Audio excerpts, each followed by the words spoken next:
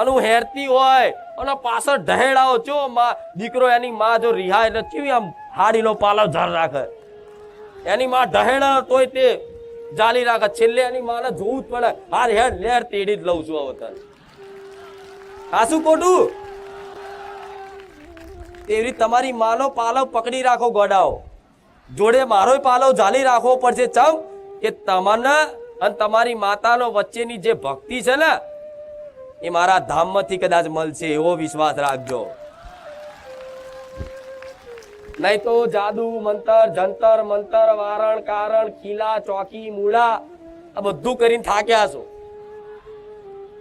એટલે હું બે હાથ જોડું છું કે આ બધું દર રવિવાર કહું છું ને આજે કહું છું કે બધા વેમ કાઢીને આ ભાવ આલે ભાવ ચાલુ કરી દો. તમારી માં ગોડા ગમે તેવા નડતર હશે ને કદાચ તો પાતાળમાં ઘાલ દેશે તમારી માતાઓ. અરે જગત જનની આદ્ય શક્તિ માં છે તમારી. ચામુંડા કમ છે, મહાકાળી કમ છે, બ્રહ્માણી કમ છે, ખોડિયાર કમ છે, શક્તિ કમ છે, હરસિદ્ધિ કમ છે? કમ નહીં ને. આદ્ય શક્તિ છે, ભગવાનને એનું મૌન રાખવું પડે. ખબર છે ને?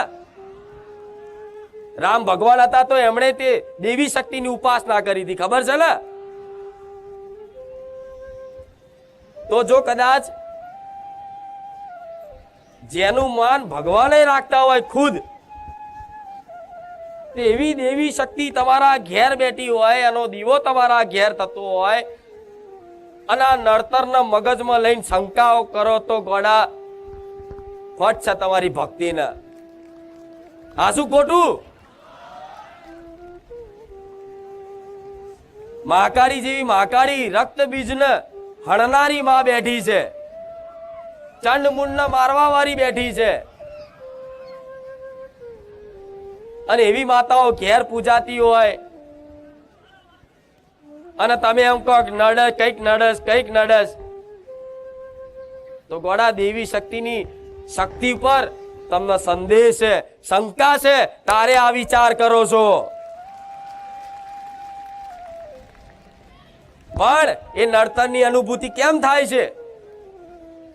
એટલે થાય છે કે તમે છે ને માતાની ભક્તિ એના પામવા માટે નહીં કરતા, એના વાલ કરવા માટે નહીં કરતા, એના પ્રેમ કરવા માટે નહીં કરતા, એના માં મોની નહીં કરતા.